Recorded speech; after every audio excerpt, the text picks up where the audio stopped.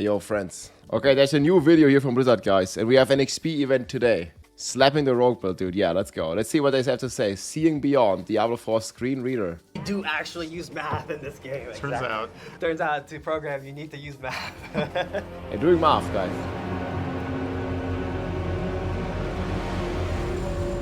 It's actually so sick what they do. When you look at accessibility as a whole in the games industry, it wasn't even mildly thought about outside Diablo of is S tier potentially in this. colorblind mode 10 years ago.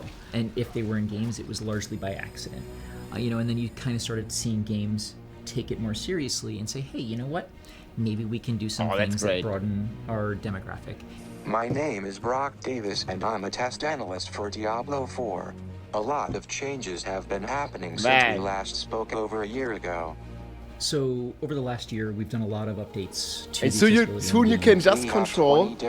you can just control your mouse movement with Neuralink with your brain, man. Visual accessibility MVP, features. dude. Physical accessibility is next with 6 W, features man. to help the physically disabled and visual blind players. We have the auto pin feature that pins new quests so that you don't have to pin them manually. With navigation assistance, Brock led the full initiative. He was responsible Diablo's great for in this. test planning and execution, working together with designers and engineers. Something that became very clear once you actually have to make something like this, you have to build it up in layers, right? Yeah. Like you need pathing data. The next step of that is auto pinning where you need to go on the map. And then on that, you build on top of it. Here's all the feedback systems. That's some right? good stuff, That's where man. Compass and Sonar stuff come in. Look at the shirt, man. Gold, man. I love it. Top of it, here's all the feedback systems, right? And that's where our Compass and Sonar stuff come in. I created the navigational compass feature. We want the feature itself to be accessible, but also very subtle so that players can still enjoy the scenery Dude, that and looks sick. the environment of Diablo 4. Arthur was a great resource for us to have. He's super passionate, and we really That's a spitballed nice on jacket. how to build this system Cheers, in a way friends. Drink that water. would really influence We drink how beer the player tomorrow. interacts with the game. It helps you spend less time looking at the map and being actually focused on what you're doing, what's going on around you. How the compass works is that we have our 3D road points that we take, and we project those points onto the 2D plane. So, long story short, math. We started He has to thinking, laugh himself. what are the This does not age good, man. Come on. Math. we started They embraced the thinking meme. of It's like the damage on Tuesday shirts, man. Like the meme is they can't do math, man. They just embrace it, bro. I like it. This is the only way to handle it. We project those And points fix the math problems and the bugs, of course. onto the 2D plane. So, long story short, math. we started thinking of what are the environments the player can end up with? Math. How will it behave in the darkest dungeons or in the brightest sense of Kyrgyzstan? What will happen when you have a certain buff with VFX on They you? can do And we math. also spent some time playing in Torment 4, running through Helltide, when all the monsters just rushing at you, just making sure that you can actually see that compass, that it's helpful and that it is actually doing what it's supposed to do. You're doing your own iteration as a programmer, and then you present it to the design. QA also has their iteration, right? It's a long process. I would shout QA, honestly. Brock and Andre. Yeah, they're like the real champions, in my opinion. To me, being a test analyst is about making sure that things not only work, but feel right. It's not just logging bugs or finding crashes. It's asking, does it make sense? Is it fun? And we as test analysts, we try to get involved Right. It's early, a long quite process. often I when would the feature shout does not QA. exist. I had Andre integrated directly into my team, so we do bug triage twice a week. We knew that it was critical to land an embedded screen reader because that was going to be the first gateway for a lot of players to be able to come in and experience the content. I did it. Use screen reader. Enabled. Screen reader speed. You don't realize like how It's many actually the same. places it So you needs can to be play the game blind. used. If you use our screen reader, you'll notice that it's quite responsive. If you are In some quickly ways, toggling man. through That's crazy. actionables, you want to know what they are. You don't want to be waiting half a second. And so that sort of drove us away from using an online service where there would be You a feel my dunk? latency in retrieving that text. And I think that's really key with the combat. You don't want to be waiting half a second to find out that you've just targeted Lilith. Echo of Lilith. Any accessibility feature involves No, close that's quarter. actually crazy. Like you just hover it. Targeted Lilith.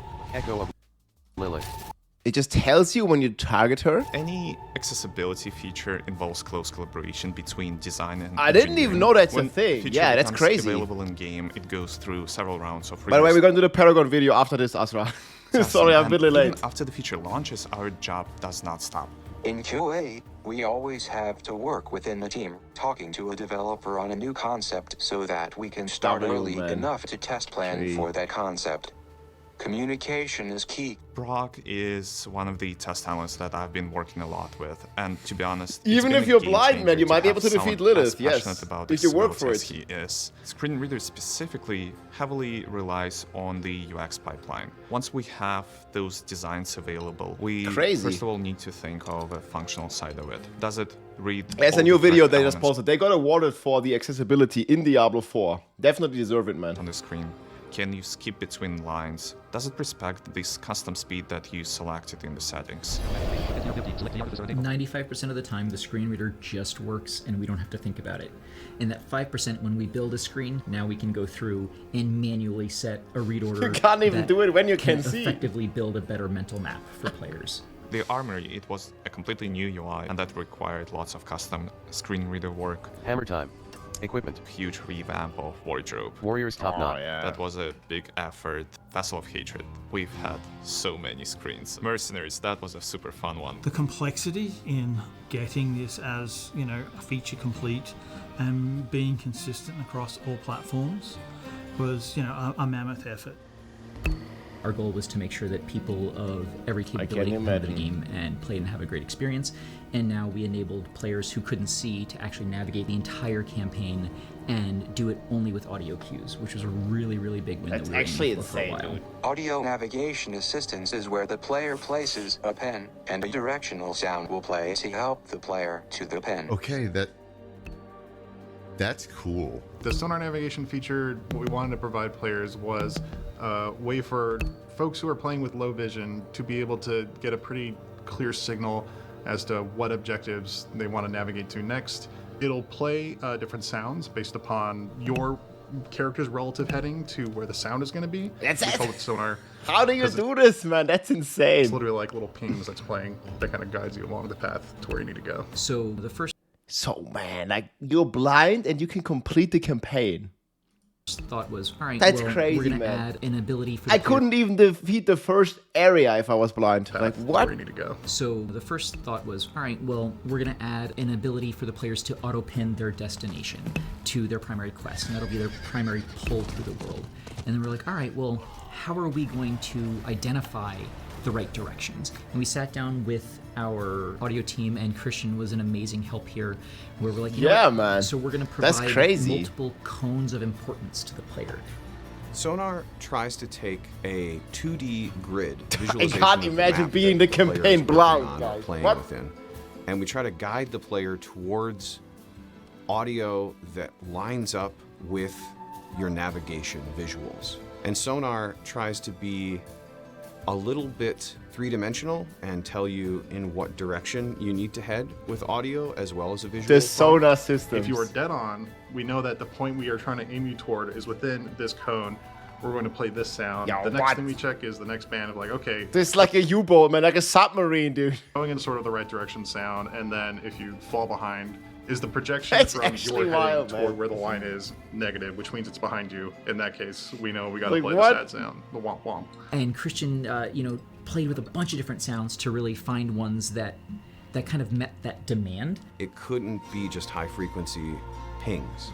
It had to be something that was a little bit more refined and that wasn't as obnoxious. We ended up I with didn't three even know the tones that game I had think this. really expertly express the "you're doing a good job" sound effect. So yeah, this is my sound design session for the Sonar, and I started by looking at what does a Sonar ping sound like in the real world.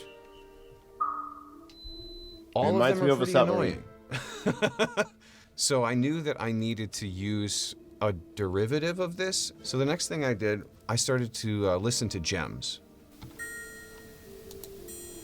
They're a lot more interesting and a lot less fatiguing than the Sonar pings themselves. So You get a headache I from the went Sonar pings. and used a synthesizer to generate different sweeping layers.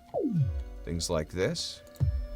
having a quick pitch that dives is an easy way to make sure that people who only hear in certain frequency domains will always get some of Which that more game companies frequency would get behind that. We also want something that hits. I mean, it also is very expensive, right? Like, you obviously have to investigate all of this, and they're like, Blizzard is like very innovative with this kind of stuff. Makes a... Which, like, for a small studio is hard to do, so I can see that way for sure. An impact. We blend them together, and we end up with something that's a little bit Sonar, and something that's a little bit more complex and a little less fatiguing. So when we are off target, they are facing the wrong direction. They need to be facing a better direction. This is the sound that will play. Like, you hear it and you're like, well, clearly I'm not doing this right. And when we get closer, that's what I would hear. The distance between those beats gets a little closer, and we add an element of a wood block. Playing Diablo 4 blind. Something correctly here. That's a challenge, boys. Kind of going in the right direction, but maybe you're skewing it a little bit too far. And when we finally turn blind playthrough, literally 30 degrees of our visual not navigation, the blind playthrough other people we'll do. hear an on-target sound. Like, yeah, you're doing a good job. You're going the right way. One of the problems that we had to deal with is if your character has just crazy run speed buffs going on. That's Where a bop. can you predict you're going to be? And I love how the example that they choose for crazy run speed is literally a barbarian, man. Love it. Crazy run speed buffs going on. Where can we predict you're going to be in like a second and a half based upon how fast you're running right now? As you get closer, we have distance attenuation set up on it. The bot nation is strong. Kind of continuous tone of the traversal approaching and the sonar pinging in that direction. At which point then the screen reader kicks in to be like, here's a traversal, press this button to navigate. Spacebar. Having these multiple things in combination is where I really see the whole picture coming together for audio assistance. Reality is most people turn that feature on. Once it's on permanently. And Brock basically said, can we dial this back a little bit? This is a little too intense and can be a little bit too much over time. And I'm grateful for that because we found the right balance. We always say that accessibility is a marathon, not a sprint. Be blindfolded. Drew was really helpful in providing goalposts for us to make sure that what we delivered on was something that actually moves the needle for accessibility. We were put in front of the right focus groups, and he made sure that when we test, we're testing with our target demographics in mind. Players who don't need to use the accessibility features, that's great, but accessibility features are important to me because they allow everyone to play the game without question of their mobility, dexterity, or cognitive ability. You're making room at the table for someone else to come play. Go, For man! game developers, you want people to play the games. You want more people to play the games that we put out. Reading all the forum posts about people being able to enjoy the game or seeing a fully blind person defeat Uber Lilith. Dude, fully blind those person moments hit hard. against the hardest boss in the game, man. Look, in World Tier 4, fully blind. What? Most people that can see can't even do this. That's why I'm carrying so many, like they can't do it. And they're not blind. This guy's blind and defeated her. What? As a gamer with no vision whatsoever, I think that when you take into consideration implicit accessibility and the explicit Huge accessibility, that really bridges that gap when it comes to player agency and competitive equity. You really are changing lives. I mean, okay, at this point, my immortal role could probably do it, but that's because it's an immortal build. These features will help people experience things that they otherwise couldn't, and that overall is just an incredible feeling that we all get.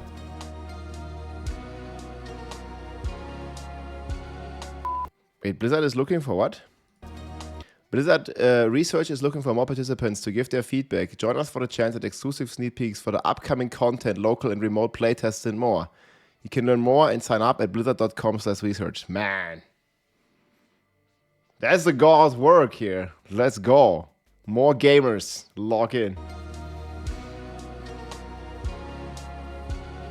I'd like to say hi to all the folks in the Sightless Slayers Discord. Thank you for adding me whenever you guys have problems. It's the first thing I do in the morning to check to see if I have any ads, and then I get right on adding it to our backlog. Thanks, guys. Concept. That's crazy, man.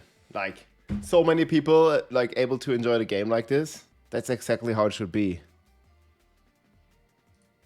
Dude, I just can't wrap my head around. Like, blind people make the full playthrough the campaign and defeat the hardest boss. without being able to see. Just with this sonar visions. Like, this is absolutely cooking. Like, just with this. And then you get like a visual cue. You get like an audio cue, not a visual cue, obviously. That's crazy. There's text-to-speech in the game. They have the audio cues. There's probably also text-to-speech for Twitch chat. Ah, that's crazy, dude. That's crazy. Yeah, great stuff, guys. I'll link the video here. This is from the Diablo channel. I didn't even know that Diablo was this advanced for accessibility. Good stuff, man. This is something worth the praise. Talking about this, be good at this, man. Let's go.